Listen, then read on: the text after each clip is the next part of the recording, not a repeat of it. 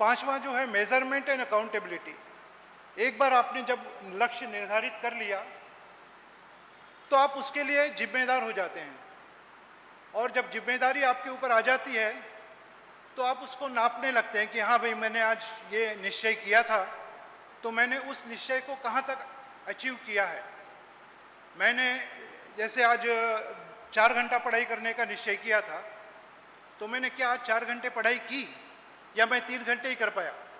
और अगर 3 घंटे कर पाया तो क्या कारण थे जिसके कारण मैं 3 घंटे ही कर पाया, 4 घंटे नहीं कर पाया? तो ये सब जो मेजरमेंट एंड अकाउंटेबिलिटी है वो आपके हाथ में आ जाती है, और आप उसको एक बेंचमार्क की तरह लेके अपने आप को रिस्पॉन्सिबल समझ के उसको मेजर करते हैं।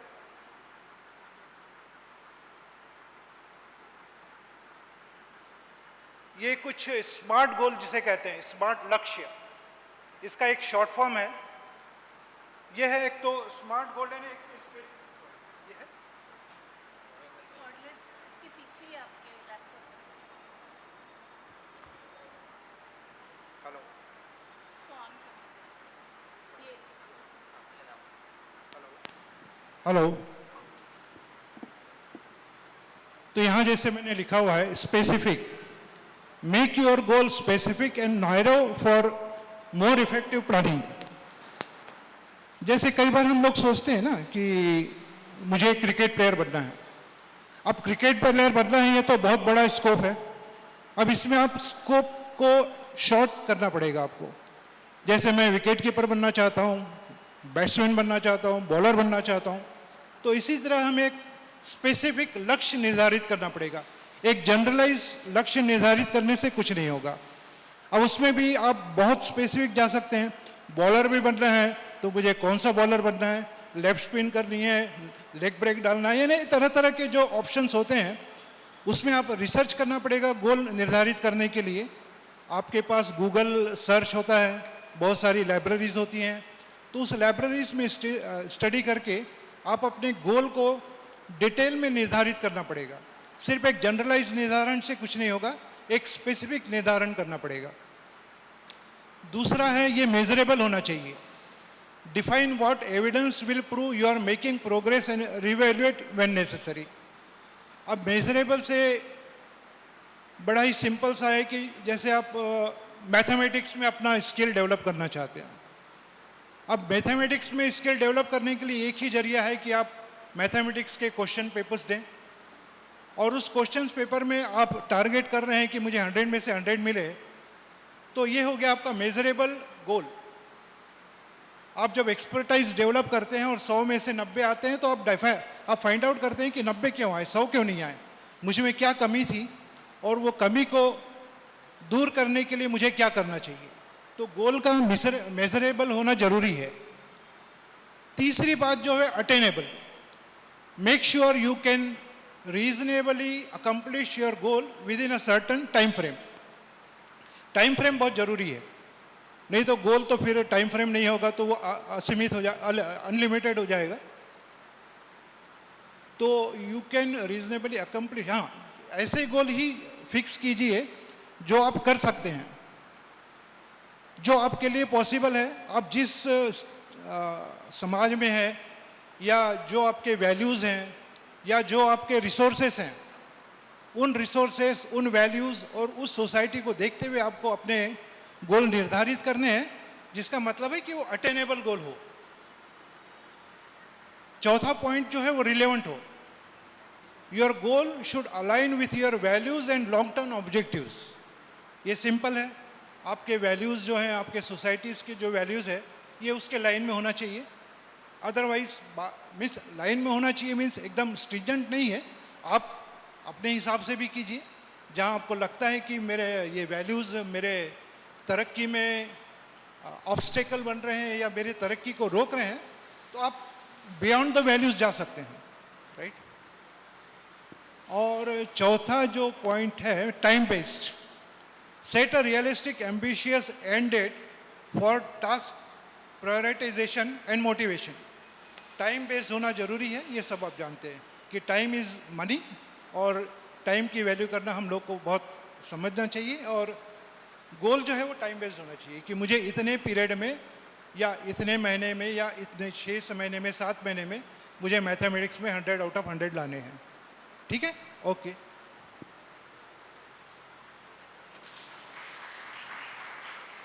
ये जो है स्मार्ट गोल जो मैंने अभी बताया, उसी को थोड़ा डिफाइन कर रहे हैं। Define your objectives, clearly articulate what you want to achieve in your various aspects of your life.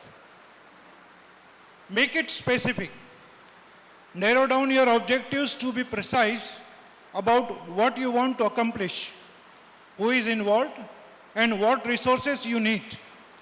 आपको क्या resources चाहिए, क्या finance चाहिए, क्या अदर देन फाइनेंस सपोर्ट भी चाहिए होता है। कई जगह आपको एकोमोडेशन की ज़रूरत पड़ती है, कई बार आप रिलेटिव्स के पास रह के पढ़ते हैं। तो ये जो रिसोर्सेस हैं वो सब आपको देखना है कि मैं कहीं पढ़ने जाऊंगा या पढ़ने जाऊंगी तो कहाँ रहूंगी। तो ये सब जो है ये आपको देखना है।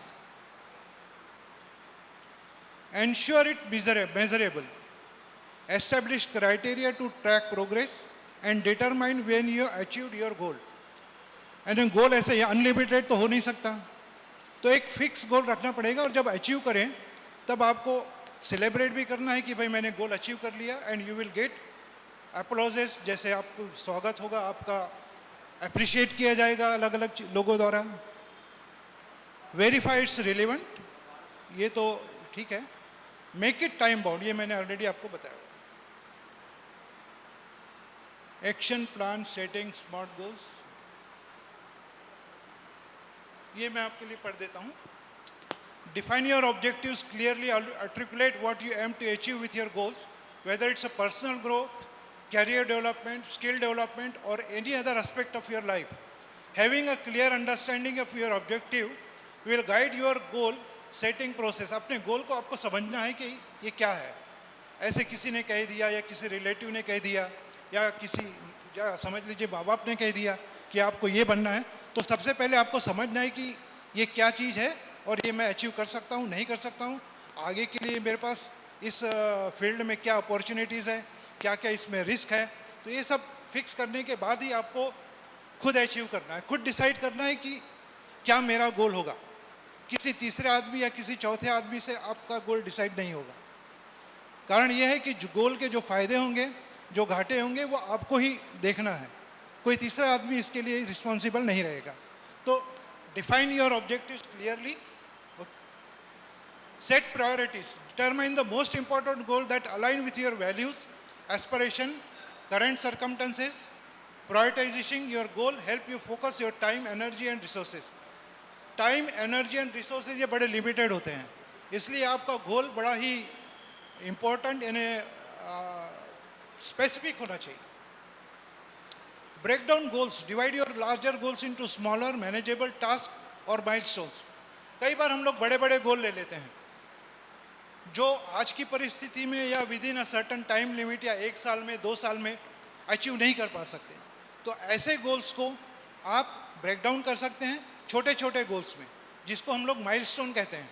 बड़े गोल्स को छोटे गोल्स में डिवाइड कीजिए, टाइम बेस्ड, 6 महीने में ये करूँगा, 1 साल में मैं ये करूँगा, 1.5 साल 2 साल, जैसा भी टाइम लिमिट आपने डिसाइड किया आपके लार्जर गोल के लिए, उसी तरीके से गोल को डिवाइड करके टाइम डिवाइड कीजिए और एक शॉर्ट स्पैन में उन छोटे छोटे गोलों का अचीव कीजिए और सेलिब्रेट कीजिए।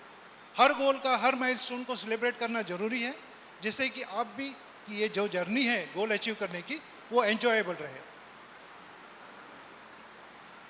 क्रिएट एन एक्शन प्लान, तो एक्शन प्लान बनाना तो ज़रूरी है हर चीज़ के लिए।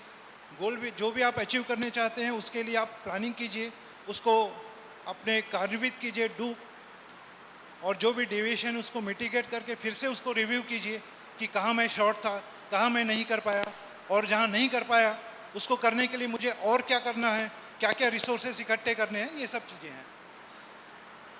ट्रैक प्रोग्रेस, प्रोग्रेस आपको तो काउंट करना ही है कि मैंने कितने समय में क्या किया है और क्या नहीं कर पाए हैं। 7वां पॉइंट जो है सेलिब्रेट अचीवमेंट्स, अचीवमेंट करना ज़रूरी है, अपने सक्सेस को एक्नॉलेज करना बहुत ज़रूरी है। हाँ, this is very important. स्वैट analysis, define objective clearly, state the purpose of स्वैट analysis for personal development. Alignment, ensure that objective you set for SWOT analysis are aligned with your overall goal. आपका जो final goal है उसके साथ हर आपके goals को, आपके हर action को align होना जरूरी है. Balance, try for balance approach by selecting objectives that cover various aspects. Clarity होनी जरूरी है. अब SWOT एनालिसिस में ऐसा है, आप SWOT का शॉर्ट फॉर्म है ये, strength, weakness, opportunities and threats. आपने जो भी गोल अचीव करने के लिए सोचा है उसमें आपके पास क्या स्किल है, आपकी क्या स्ट्रेंथ है. आपका जो भी स्किल है वो आपकी स्ट्रेंथ होगी. उसी तरीके से आपकी क्या वीकनेसेस है, आप जो गोल अचीव करना चाहते हैं उस गोल में आपकी क्या वीकनेस है जो आपका रीज़न बन सकती है कि आप गोल अचीव ना कर पाएँ. ये भी आपको लिखना पड़ेगा. ब्लैक एंड वाइट में हर चीज़ों को आपको बनाना पड़ेगा. जो गोल आप सिलेक्ट कर रहे हैं उसमें आपके लिए क्या अपॉर्चुनिटीज़ हैं. आगे जाके जब आप मान लो डॉक्टर बने, मैथमेटिशियन बने, इंजीनियर बने, उसमें लिए आपके क्या अपॉर्चुनिटीज़ हैं. जैसे आप अगर आज आईआईटी सिलेक्ट करते हैं आपके गोल के बारे में, बट 4 साल बाद, जब आप 5 साल बाद जब आप ग्रेजुएट हो जाएंगे तब क्या उतनी ही अपॉर्चुनिटी रहेगी. ये सब आपको सोचना है. ये सब गैदर करना इंफॉर्मेशन आपको. Reflect on your personal experience, achievement, challenges and inspiration. आपका पर्सनल एक्सपीरियंस भी बहुत काम आएगा. पास्ट में आपने कुछ अचीव किया होगा, कुछ स्किल डेवलप किए होंगे. उसी तरीके से आपका अचीवमेंट्स, चैलेंजेस, आपने चैलेंजेस फेस किए होंगे अपने पास्ट लाइफ में, आपके कुछ एस्पिरेशंस रहे होंगे. ये सब आपको ब्लैक एंड वाइट में बनाना पड़ेगा और उसके हिसाब से आपकी स्ट्रेंथ डिसाइड होगी.